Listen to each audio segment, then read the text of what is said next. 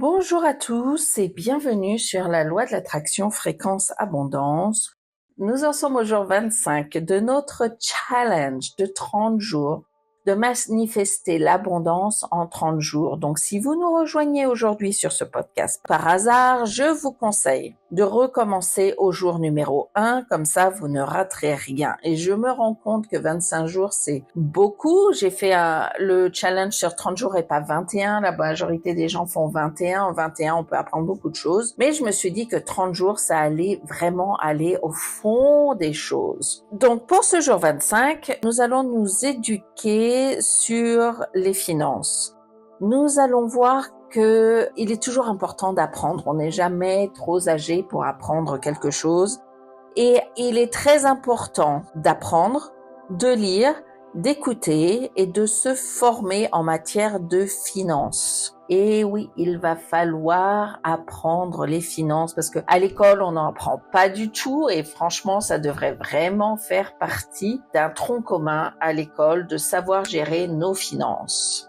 Dans ce chapitre, je vais vous demander de vous intéresser à acquérir de nouvelles connaissances et compétences parce que une fois que l'on a appris un petit peu, ne serait-ce qu'un tout petit peu sur les finances, t'es mieux équipé pour prendre des décisions financières, pour identifier les opportunités d'investissement et aussi gérer tes ressources de manière efficace. Parce que c'est bien de gagner de l'argent et de le mettre de côté, mais si tu sais quoi en faire, au lieu que ça attende dans ton compte bancaire, peut-être que tu peux l'investir de différentes façons ou tu peux vraiment investir en toi pour pouvoir avancer sur ces actions inspirées.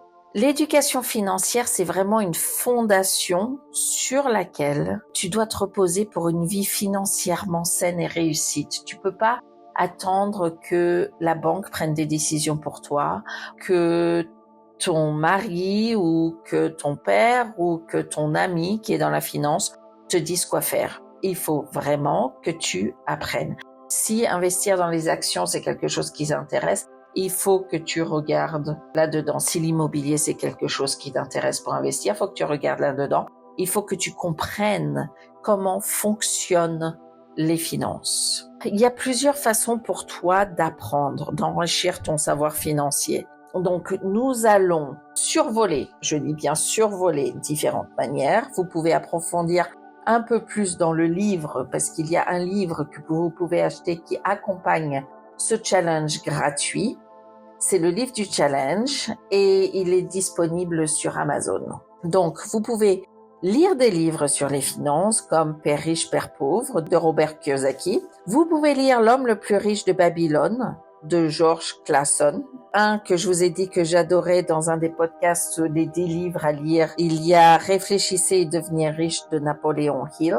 Il est vraiment très très bien, etc. Donc, il y a des milliers de livres sur les finances, sur la gestion, sur des cours qui existent à la bibliothèque ou à la FNAC que vous pouvez trouver, ça c'est sûr.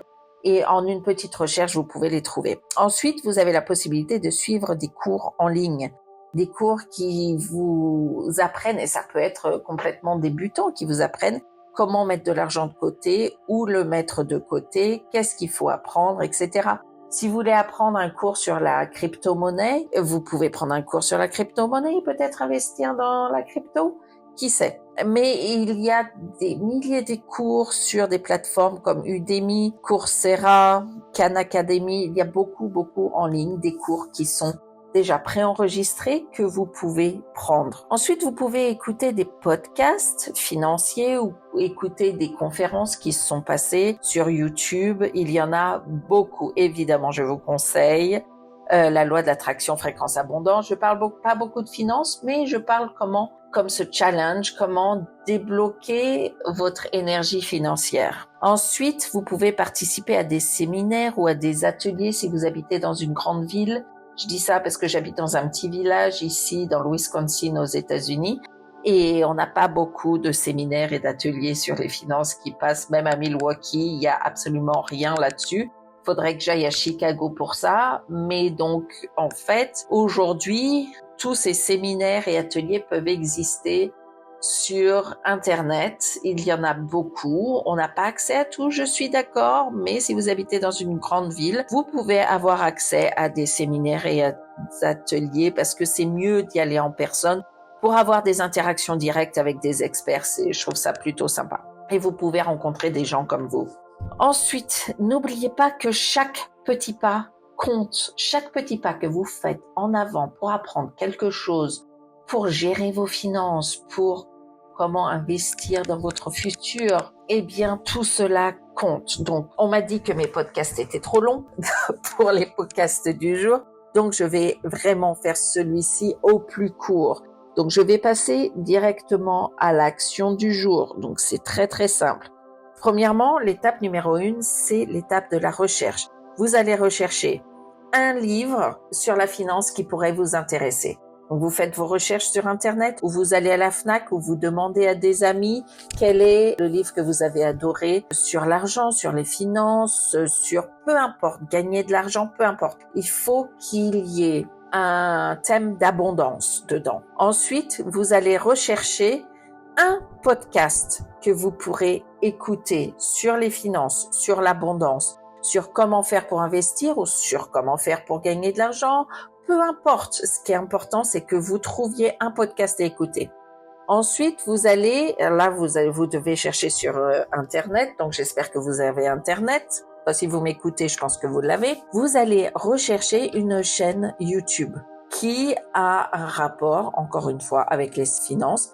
Et enfin, vous allez rechercher un cours ou un séminaire, que ça soit dans le coin ou que ça soit en ligne, qui peut vous intéresser sur les finances. Donc ça, c'était l'étape numéro 1. L'étape numéro 2, tu vas faire le choix de ce qui te correspond le mieux. Est-ce que c'est un podcast? Est-ce que c'est le livre? Ou est-ce que c'est le cours ou le séminaire? Ou est-ce que c'est la chaîne YouTube? Eh bien, tu écris le choix que tu vas faire. Eh bien, tu sais quoi? L'étape numéro 3, c'est que tu vas passer à l'action sur le choix que tu as fait.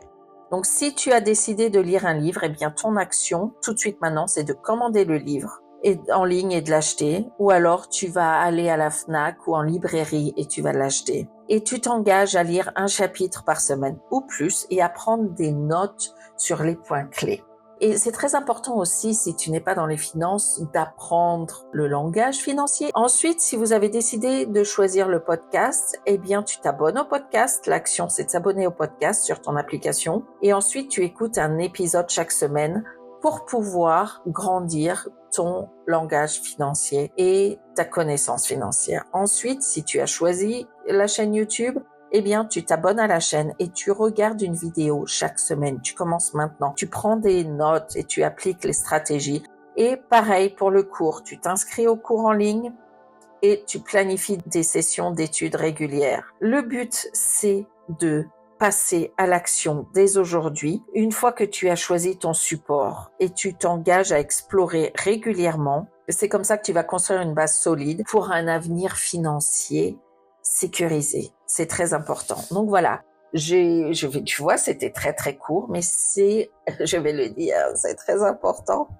Donc aujourd'hui, vous allez évidemment écrire votre affirmation, encore une fois, toujours. Ensuite, vous allez dépenser aujourd'hui 7 000 € et n'oubliez pas d'écouter ou les méditations ou les subliminaux. Alors, je voulais dire que j'ai fait sur YouTube beaucoup plus de subliminaux et de messages subliminaux à écouter et aussi des méditations et des affirmations. Donc, vous pouvez aller sur YouTube pour avoir plus de choix. Évidemment, on se retrouve demain pour une nouvelle journée de notre challenge.